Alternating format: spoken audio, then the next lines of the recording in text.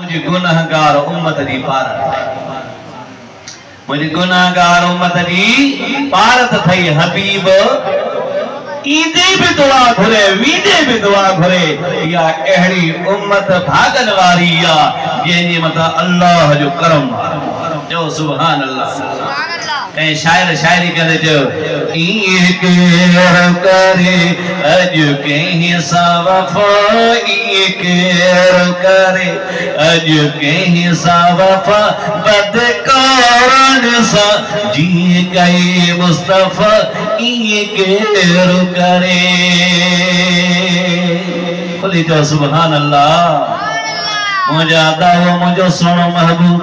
जॾहिं इन दुनिया जे जहान में आयो अम्मा साईं फरमाए थी हर तरफ खुशबू थी वई फलक के नज़ारों ज़मीं की बहारों सब ईदे मनाओ मेरे हुजूर आ गए तहां त थकल न आहियो अॼु मंझंदि हिकिड़ो अहिड़ो प्रोग्राम हुयो बग़ैर लाउड जे इन जे करे थोरो आवाज़ वेठी चओ सुभान अल्लाह प्यारा दोस्तों मुझे महबूब सोने जो मीलाद हज़रत अबू बकर सिद्दीक फरमाए तो जेको महबूब जी मीलाद में 1 रुपयो खर्च कंदो आहे कान रफीकी फिल जन्नत वो मां सिद्दीक अकबर सां गॾु जन्नत में दाख़िल थींदो भागन वारो तमीर जो सोनो सिद्दीक अकबर फरमाए मीलाद करण वारो तोखे मुबारक हुजन जो सिद्दीक पियो चवे त तू मूंसां गॾु जन्नत में सुभान अल्लाह अब्दुर्रहमान इब्न जूज़ी फरमाए तो वमन अनफक फी मौलिदिही दिरहमन कान अल मुस्तफा शाफिया व मुशफा जेको महबूब जे मीलाद में 1 रुपयो 1 दिरहम खर्च कंदो आहे महबूब फरमाए तो क़यामत जो ॾींहुं थींदो उन जी शफ़ाअत करण वारो महबूब पाण चओ सुभान अल्लाह हज़रत अब्बास ए बच्चा तू नंढड़ो हुए जॾहिं तू अम्मा हलीमा जे घर में हुए मां ते आयो होस चंड जे निहार में चंड मथे आसमान में चोभर ते बीठो आ तू पीघे में सुतला ओ मुंहिंजा सोना महबूब उन ॻाल्हि खे ॾिठम जॾहिं मां जो पीघो हले पियो उन मां जी कपड़नि मां हिकिड़ी आंगुर मुबारक निकरला उहा आंगुर मुबारक जेका आहे कॾहिं हेॾे थी थिए कॾहिं हेॾे थी थिए मुंहिंजा सोना करीम फरमाईंदा चाचा इहो जेको चंद्र आहे मां मोहम्मद सां ॻाल्हियूं करे रहियो आहे वयुलहीनी अनिल बुकाए मां रोअण थो चाहियां चंड खेॾी करे मूंखे रोअण नथो ॾे बाबू छा थो फरमाए चंड मूंसां थो ॻाल्हाए मां चंड सां थो ॻाल्हायां चंड घणो परे आहे 2,40,000 मील परे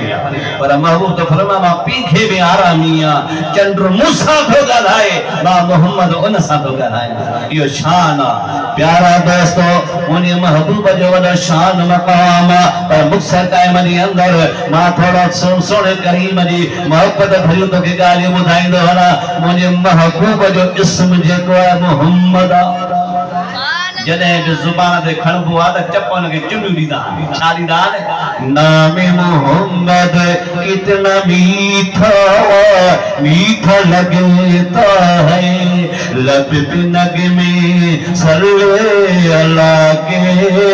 हाथों में लिए कशकोल न चई सुभान अल्लाह चए तो महबूब जो रोज़ो हुजे मां साम्हूं बीठो हुजां मुंहिंजे अखियुनि में पाणी हुजे लबनि ते महबूब जी सलात हुजे हथ में किस्तो हुजे ईंदो वींदो ॾिसे देखो देखो महबूब का मंगता कैसा लगता है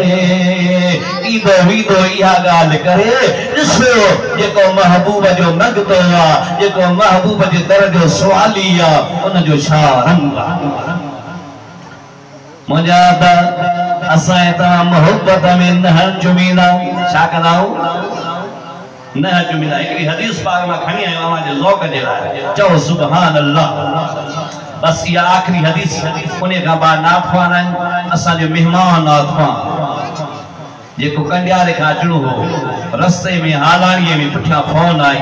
चईंसि अव्हां जो मामू गुज़ारियो आहे दोस्त पिया ॿुधाइनि त उन सां बेइंतहा मोहबत हुई वकील मंताहिरीअ जी साईं चयो त मां भले हलां त सही पर मुंहिंजो सॼो ख़्यालु हेॾे हूंदो मुंहिंखां प्रोग्राम न थींदो मुंहिंजे तरफ़ां माज़रत उनखे वञी कजो हथ दॿजा वञी भरजो पर वञो उनजो प्रोग्राम कैंसिल न वरी भी उन्हनि जी मेहरबानी उन्हनि पंहिंजा साथी मोकिलिया अल्हम्दुलिल्लाह बनी आकिल खां कोयले मदीना मोहम्मद यूसुफ सुमरो उहो भी अन करीब हिन महफिल में ईंदो इन महफिल के 4 चंड लगी वींदा शोन लगदा जंहिं महफिल जो ताल्लुक खुदा जे महबूब सां सुभान अल्लाह ये हदीस अन्न रसूलुल्लाह सल्लल्लाहु अलैहि वसल्लम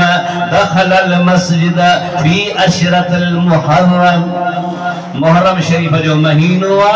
महबूब मस्जिद नबी में अंदर दाखिल थिया चो सुभान अल्लाह इंदल उस्तवानत अबू बकर हजरत अबू बकर सिद्दीक मस्जिद नबी जे थंबे में घर में बीठो आ फक़ाम बिलाल फअज़न सोनो बिलाल अज़ान ॾियण जे लाइ उथियो छा जे लाइ उथियो अज़ान ॾियण जे लाइ उथियो अज़ान ॾियण जे लाइ उथियो फलम्मा फरग अशहदु अन्न मुहम्मदुर रसूलुल्लाह इन्हनि कलमनि ते जॾहिं पहुचण खां बाद में फकब्बल अबू बकर ने ज़ुफ़रई इब्हामैहि व वदअहुमा ऐनैहि फक़ुल क़ुर्रतु ऐनी बिका या रसूल अल्लाह कार समझ में आई फरमाए जिए अज़ान अशहदु अन्न मुहम्मद रसूलुल्लाह ते हज़रत बिलाल को तो आने बस कये सोने सिद्दीक़ अकबर फकब्बल चुम्याई छा फकब्बल अबू बकर ने हज़रत अबू बकर चुम्यो शाखे चुम्यो ज़ुफ़रई इब्हामैहि बिनी हथन जी आऊठन के चुम्यो चुम्मी दई करे ववदअहा बिनी आऊठन के पांजे ऐनैहि अखियुनि जे मथां रखियो ऐं छा चयो कुर्रतु ऐनी बिका या रसूल अल्लाह ए अल्लाह जा महबूब अव्हां जे नाले सां मुंहिंजूं अखियूं ठरन पियूं सुभान अल्लाह खुली तो सुभान अल्लाह अवा महबूब जे नाले सां नेड़ ठरंदा न आशकन जा ठरंदा दिलियूं ठरंदियूं मन ठरंदो घर ठरंदो मुंहिंजा अदा तू ठरंदो वञ रब राज़ी थींदो प्यारा दोस्तों आने जने उन्हें जुम्या फलम्मा फरग बिलाल मिनल अज़ान जने बिलाल पूरी अज़ान ते फारग थियो तवज्जह नबी सल्लल्लाहु अलैहि वसल्लम इला अबू बकर ने क़ाल मन फ़अल मिस्ल मा फ़अलत सोने सिद्दीक़ अकबर के महबूब ने तवज्जो करे फरमायो सामू भी करे फरमायो ओ सोना सिद्दीक़ अकबर मन फ़अल मिस्ल मा फ़अलत जेको तो वांगुर न चुमी दो गफर अल्लाह ज़ुनूबहु रब ने जे जिंदगी जे गुनाह के धोई छड़ींदो सुभान अल्लाह बी हदीस में या फक़द हल्लत अलैहि शफ़ाअती